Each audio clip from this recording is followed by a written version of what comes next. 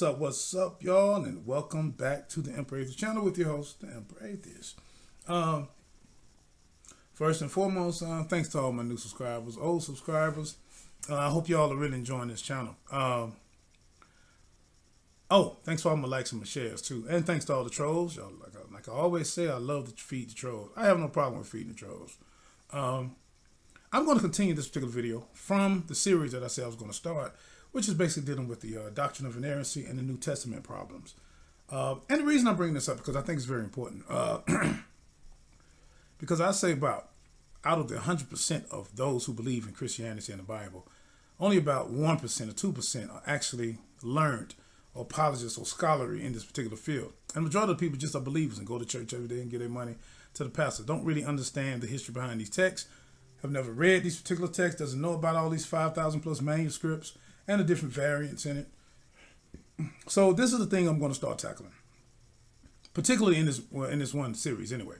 And as I want to say this too, for those who may ask, I'm not just going to go at the particular doctrine of variance in the New Testament. I'm also going to go to the Quran as well and show its textual variants and a lot of things that are misplaced and a lot of the things, the so-called legends of Muhammad and how this Quran came to place, and show why it is not divinely inspired as well from some deity called Allah. So I'm not just going to pick on Christianity and the New Testament. I'm also going to delve into Quranic issues too, and so-called ideas of Islamic scholars and things they have done and hidden as well. So as I said, last video I did was dealing with the doctrine of inerrancy as it pertained to Matthew 27:49. And as far as the idea of, for those who haven't seen the video, please go back and watch it and view it. As far as dealing with when Jesus was pierced by this particular Roman soldier on the side and when the water and blood came out, before his death or after his death. And I basically showed how this could very well impact the doctrine of inerrancy. Well, it does impact it. But of course, those theist apologists won't agree with that. And some will, and they just hide their hand. But so in this particular one, though, and like I said, I was basically asked to describe some textual variants which would have a doctrinal impact if they were regarded as part of the original text. So like I said, I've already mentioned the Alexandrian reading of Matthew 27:49. So now I introduce the reading of Matthew 13:35. And I want to have all the verses and all of the things and footnotes inside my video. So inside the video caption in the bottom, so everybody can go back. After you view the video, you can actually go back and see where I got my research from and the things that I particularly said. So we're basically dealing with Matthew 13:35 in this particular video in the Codex Sinaiticus. Now, this is what I want to say about this particular codex. This codex is basically, it's frequently, basically always called one of our most reliable manuscripts by those particularly who advocate for the Alexandrian Text and translations closely based upon it. So when we go to the Codex Sinaiticus in Matthew 13:35, we see a quotation, or whoever the author of Matthew was. He's quoting from Psalm 78:2, okay? And mostly when you look at most Bibles that you see today, basically based on the Byzantine Text, they would use just the prophet. Well, once you say, and let me read Matthew 13:35 first. It says, Matthew 13:35 says, "So was fulfilled what was spoken through the prophet. I will open up my mouth in parables. I will utter things hidden since the creation of the world." I just read this from the New International Version. And you got New Living Translations, and you read all the different translations. Most of these particular translations that you will see today will basically just use the prophet. But here's the problem. When we actually go to the Codex Sinaiticus and Alexandrian reading, it will say Isaiah the prophet, okay? Now, what we know for a fact about Psalm 78:2, first of all, we know for a fact that it wasn't written by Isaiah. Isaiah was one of the 4 major prophets, along with Daniel, Ezekiel, and Jeremiah. But Psalm 78:2, as we know, according to the Bible and what we study, was written by a person called Asaph, okay? Now, this is the thing, okay? This is an error. I mean, there's nothing else you can say. Because, like I said, we know that Psalm 72 was not written by Isaiah. So, to include the Sinaiticus reading of Matthew 13:35 would have a detrimental effect on the doctrine of inerrancy. Now, I'm sure that some determined and imaginative apologists, like they always do, could find ways to resist the implications of this reading. And there's always going to be excuses. And see, and this is why I'm going to take my time and basically line out these excuses before I get these particular comments in the video section. And this is the thing. So when you look at a lot of excuses that are used by apologists, they could say that, well, Asaph is in some cases not a name but a title. I've heard that even within the groups, but it's false. They could also say that Isaiah had this title name, which we have no evidence for that. We have no historical evidence that Isaiah had a title name named Asaph. Or they could say that the headings of Psalms are not a part of the original text and can be dismissed. Now, that is true. So in other words, they could come up with an excuse and say, well, yeah, you know, these particular title heads came later, and we don't know if Asaph wrote it or not. But we do. Through timetable and through linguistic evidence, we know that Isaiah didn't write this way. You know, we know the patterns of writers. So even if you want to use that excuse, and I'm talking to you apologists and scholars, even if you want to use that excuse, that Asaph was not on the original scripts or the title heads, which I have to agree with, then you still have to fall back and know that Isaiah's writing style, which we understand writing styles of these particular texts, we know that his writing style was not that of Psalm 78:2.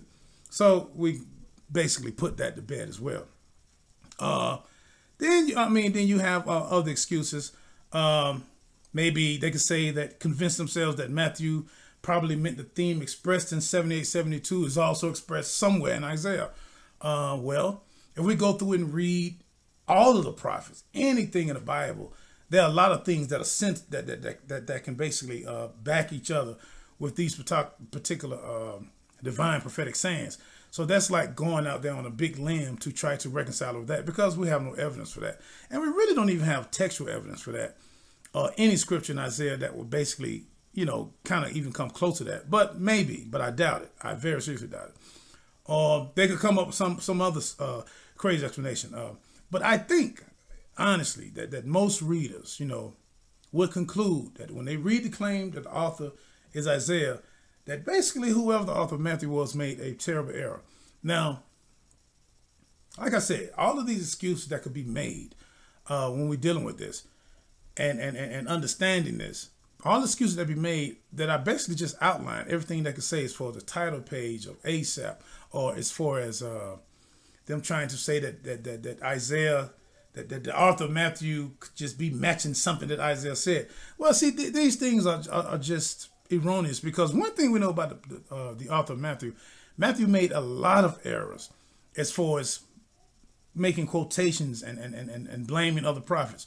In the case of Jeremiah, as he said in Jeremiah, he said something that Jeremiah said, which was actually said as for the 30 pieces of silver, when he was trying to basically force the prophecy of Judas selling out Jesus. And y'all familiar with this.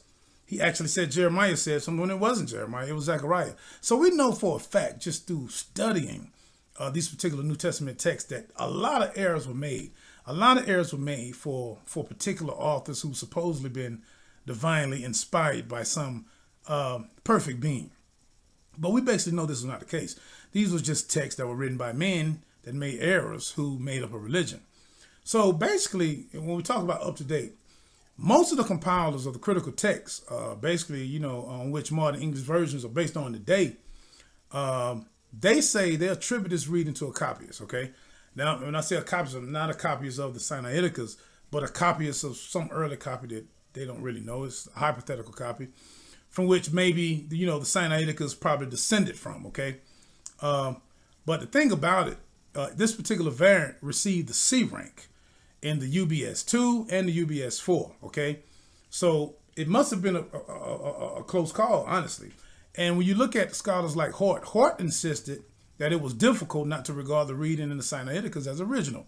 Eberhard Nessel, who made the first several editions of the NTG, stated that it is certainly genuine, and Tischendorf, described by Daniel Wallace as the greatest textual critic who ever lived, adopted the Sinaiticus reading of Matthew 13:35 in his own 1869 8th edition of the Greek New Testament. So now these are big names that I just named, as far as Hort and Daniel Wallace, who basically bragged about Tischendorf and Eberhard Nessel. They took these particular verses. They had no argument the point I'm making, they had no particular bad argument about this particular reading. They said that these things were basically within the fines of being genuine.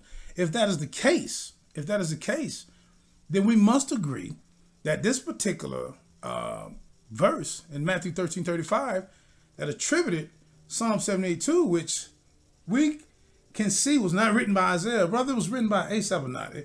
Even if I was to go, just for the sake of argument, and say that the headings of this particular psalm that was basically attributed to someone named Asaph, even if we say that is incorrect, right? Just throw that out the door. We'll give you that. I'll give you apologies that. We'll just throw that out the door. Even if we say that, we still know through studying literary writing styles that Isaiah still did. Whoever the author was of Isaiah, he still didn't write Psalm 78:2. And what we must also recognize is that by the time the author of Matthew wrote Matthew, Isaiah was a known prophet. Daniel was a so-called known prophet. Ezekiel was a so-called known prophet.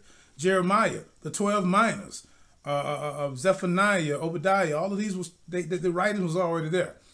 So the point I'm making is we must look at Matthew 13:35 in this Alexandrian reading on this Codex Sinaiticus as an error. Simple as that. There's no other way to reconcile it. Because like I said, even if we take away the heading of Psalm 72 and say, well, it's not a part of the original text.